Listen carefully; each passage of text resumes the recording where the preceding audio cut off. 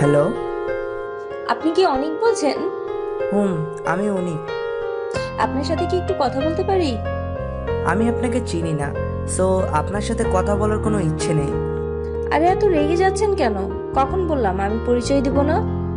তাহলে আগে আপনার পরিচয় দেন, তারপর কথা বলবো। আজকে কথা বলেন, কাল আমার পরিচয় দিব। তা হবে না। আজকে পরিচয় দেন, না হলে কল কেটে দিলাম। মেয়েটা কিছুক্ষণ চুপ করে রইল, এরপর বলল, আমার পরিচয় দিলে তো আমার সাথে কথাই বলবেন না। আগে পরিচয় দিন, তারপর ভেবে দেখব। প্রমিস করেন আমার পরিচয় পাওয়ার পর কথা বলবেন। কোনো কথা না শুনে প্রমিস করা ঠিক মনে করি না, এতে পরে বিপদ হবে। তাহলে আমার পরিচয়ও দিলাম না।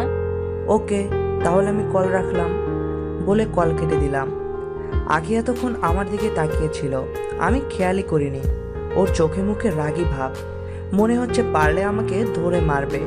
কিন্তু হঠাৎ এমন পরিবর্তন কেন বুঝলাম না। ওই, এতক্ষণ কার সাথে কথা বললি? চিনি না। চিনিস না?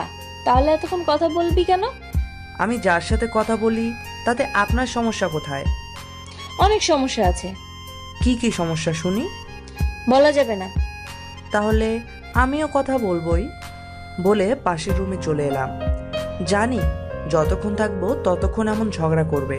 হুদায় ঝগড়া করার চেয়ে ঘুমানো ভালো। বিছানায় শুয়ে কখন ঘুমিয়ে গেছি নিজেও জানি না। সকালে দরজা ধাক্কানোর শব্দে ঘুম ভেঙে গেল। বিছানা থেকে উঠে গিয়ে দেখি রিয়া দাঁড়িয়ে আছে। এত সকালে তুই কখন এলি? ভাইয়া, এখন 9:30 বাজে, আসছি 1 ঘন্টা হলো। রুমে আর কার কার শব্দ শোনা যায়? রিয়া ভয়ে ভয়ে বলল, আব্বু আর আম্মু আর সীমা এসেছে। রিয়ার কথা শুনে মাথায় রক্ত উঠে গেল। ইচ্ছে করছে ওরা একটা ঠাটিয়ে চড় মারি। হারামি গুষ্টি শুদ্ধ ডেকে এনেছে, যাদেরকে আমি দু চোখে দেখতে পারি না। এখন তারা আমার সামনে এসে ঘুরছে। ভাবলাম দরজা বন্ধ করে আর বের হব না, কিন্তু আবার আখি ম্যাডাম ডেকে গেল। দূর, ভাল লাগে না। রুম থেকে বের হয়ে আসলাম। ম্যাডাম সোফায় বসে সবার সাথে গল্প করছে। আমাকে আসতে দেখে বলল, অনেক, এখানে আসো। আমি ম্যাডামের পাশে গিয়ে দাঁড়ালাম। দাঁড়িয়ে কেন? বসো এখানে। আমি সোফায় বসলাম, ম্যাডাম আমার পাশে।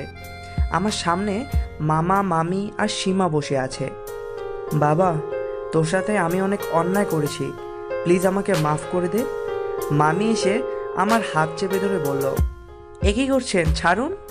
আমার মতো একটা এতিমের কাছে আপনার মাপ চাইতে হবে না। আর আমি আসার সময় আপনাদের জন্য একটা চিঠি রেখে এসেছিলাম, সেটাতে তো বলা আছে আপনাদের কারো উপর আমার রাগ নেই। যা আমার কপালে ছিল তাই হয়েছে। বাবা, তাহলে বাসায় ফিরে চল। আমি ওখান থেকে একেবারে চলে এসেছি, আর কখনো ও বাসায় যাব না। ভাইয়া প্লিজ চলো, তোমাকে ছাড়া বাড়ি ফাঁকা ফাঁকা লাগে। আমি সেই অতীত আর মনে করতে চাই না, আমাকে আমার মতো থাকতে দে। আমার কথা শুনে ওরা সবাই কষ্ট পেয়েছে, তাতে আমার কিছু যায় আসে না।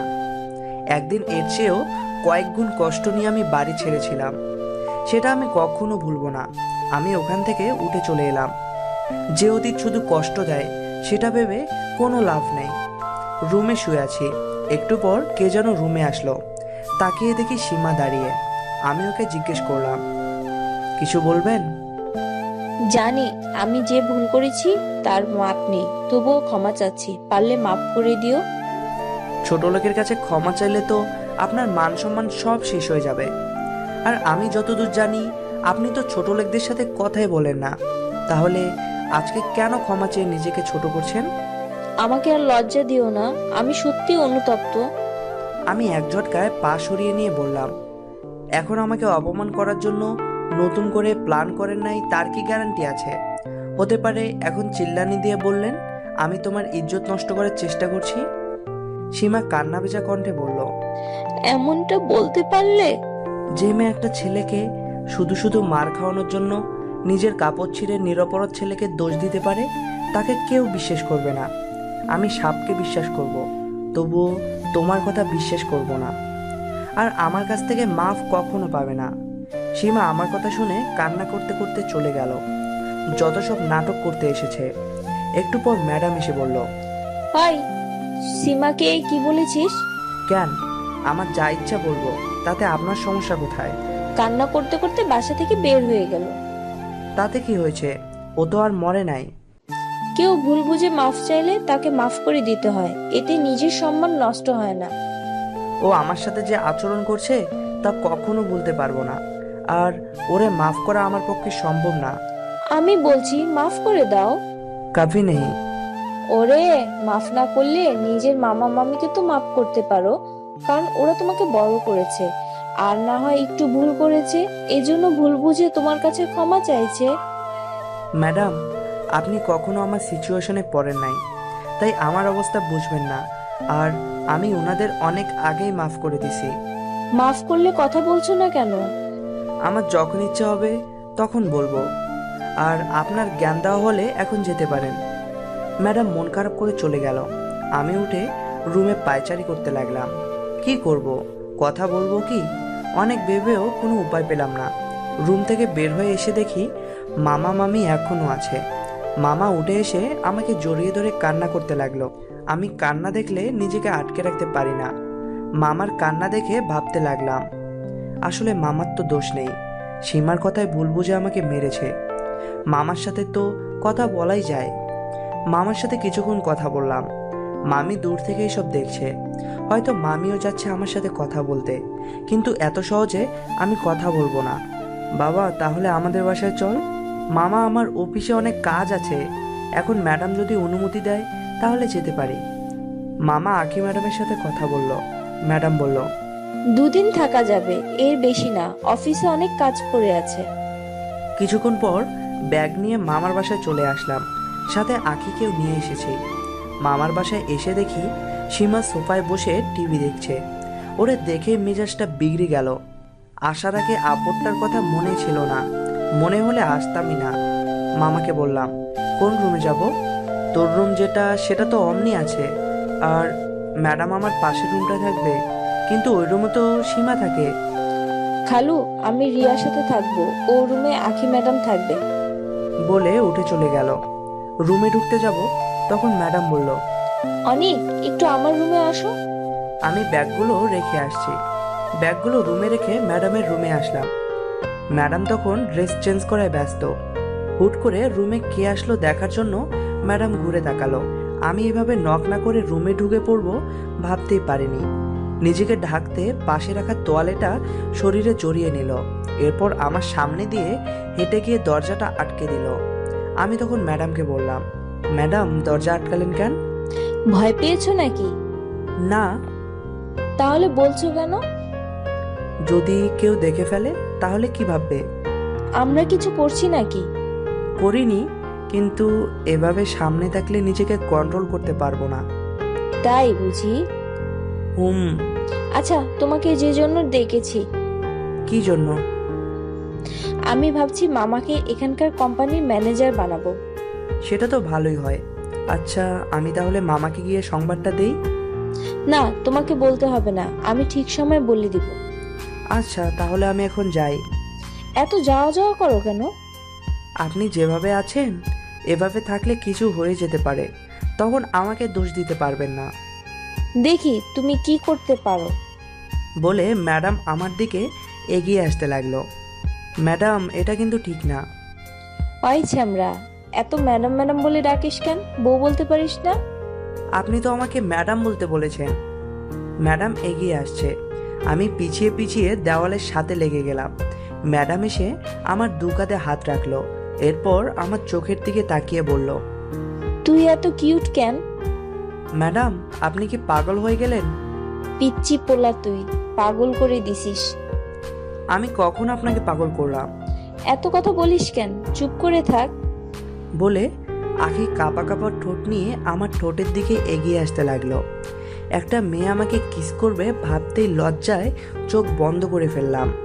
এদিকে ম্যাডাম আমার ঠোঁটে কিস করা শুরু করে দিছে। শয়তান মেয়েটা আমার ঠোঁটে কামড় মেরে দিছে। ম্যাডামকে হাত দিয়ে সরিয়ে দিলাম। এরপর ড্রেসিং টেবিলের সামনে গিয়ে দেখি নিচের ঠোঁটটা কেটে গেছে। ম্যাডাম আমার ঠোঁট কাটা দেখে বলল, সরি অনিক, আমি আসলে না বুঝতে পারিনি, প্লিজ কিছু মনে করো না। একে তো কিস করেছে, আবার কামড় দিয়ে ঠোঁট কেটে দিছে। ভাবতেই রাগ হয়ে গেল। ইচ্ছে হচ্ছে কামড়ে ওর ঠোঁট দুটো কেটে দেই। কি হলো, কথা বলছো না কেন? এখন এখানে থাকলে আরও রাগ হবে, এর চেয়ে এখান থেকে চলে যাওয়া ভালো। আমি দরজা খুলে বের হয়ে আসলাম। বের হয়ে দেখি রিয়া দাঁড়িয়ে আছে। আমাকে ম্যাডামের রুম থেকে বের হতে দেখে অবাক হয়ে গেল। ওই, এখানে কি করিস? তোমাকে খুঁজতে এসেছি, এসে দেখি তুমি রুমে নাই। এখন তোমাকে ম্যাডামের রুমের সামনে এসে তোমাকে পেলাম। কিন্তু ভাইয়া, তোমার ঠোঁট দিয়ে তো রক্ত বের হচ্ছে কেন? ঠোঁট দিয়ে যা বের হয় হোক, তোর কি? এখন বল, কি জন্য ডাকতে এলি? আব্বু তোমাকে খাওয়ার জন্য ডাকছে। আচ্ছা যা, আমি আসছি। আমি গিয়ে তোমার ম্যাডামকে ডেকে আনি। আমি ওখান থেকে রুমে এলাম। ফ্রেশ হয়ে খাবার টেবিলে এলাম। দেখি সীমা বসে আছে। ওরে দেখে রাগ হয়ে গেল। ইচ্ছা হচ্ছে উঠে চলে যাই। তখন মামা হাত চেপে ধরে সীমার পাশে বসালো। একটু পর রিয়ার সাথে ম্যাডাম এলো। আমাকে দেখে চোখ মারলো। দেখছি এই মাইয়ার মাথা পুরো আওলাই গেছে। ম্যাডাম আমার সামনে চেয়ারে বসলো। সবাই একসাথে খেতে লাগলাম। খাচ্ছি, তখন আমার পায়ে কে যেন পা দিয়ে সুরসুরি দিল। ম্যাডাম ছাড়া এমন কাজ কেউ করতে পারে না। আমি খেতে খেতে ম্যাডামের দিকে তাকালাম। ম্যাডামও আমার দিকে তাকালো। দুজনের চোখাচোখি হয়ে গেল। আমি দৃষ্টি নামিয়ে নিলাম। আমি খাবার খাওয়া শুরু করলাম। খাওয়া প্রায় শেষের দিকে। তখন ডান পাটাতে তখন কে যেন চিমটি কাটলো। আমি ম্যাডামের দিকে তাকালাম। না, এবার ওনার চোখ দেখে মনে হলো না আমার পাতে চিমটি কাটছে। ডান পাশে তো সীমা বসে আছে, ও তো চিমটি কাটেনি। ভাবতে শরীরের প্রতিটা রক্তকণিকার রাগ উঠে গেল। সবাই আছে, না হলে কয়েকটা থাপ্পড় লাগিয়ে দিতাম। খাওয়া শেষ করে রুমে এলাম। রুমে শুয়ে কিছুক্ষণ গেম খেললাম। এরপর ঘুমিয়ে পড়লাম। ঘুম থেকে উঠে গোসল করে ছাদে এলাম। অনেকদিন এই ছাদে আসা হয়নি। আমার লাগানো ফুল গাছগুলো দেখছি আর নেই। সে জায়গায় নতুন নতুন বাহারি ফুল গাছের সমাহার। ফুলগুলো দেখে মনটা ভালো হয়ে গেল। ফোন বের করে কয়েকটা গোলাপ ফুলের ফটো তুললাম। আনমনে পুরাতন দিনের কথা ভাবতে লাগলাম। তখনকার আমি আর এখনকার আমিতে কত তফাৎ। ভাবনার ছেদ পড়লো ছাদে আর কারো পায়ের আওয়াজ শুনে। ফিরে দেখি সীমা দাঁড়িয়ে আছে। পরের পর্বের জন্য সাবস্ক্রাইব করে পাশে থাকুন। আর ভালো লাগলে লাইক কমেন্ট করতে ভুলবেন না। ধন্যবাদ।